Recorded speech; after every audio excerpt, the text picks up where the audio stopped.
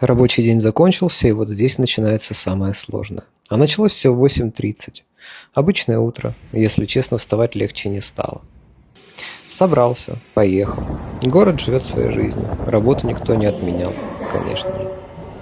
День прошел в обычном режиме, система его не упростила. Честно, в этот момент хочется просто поехать домой.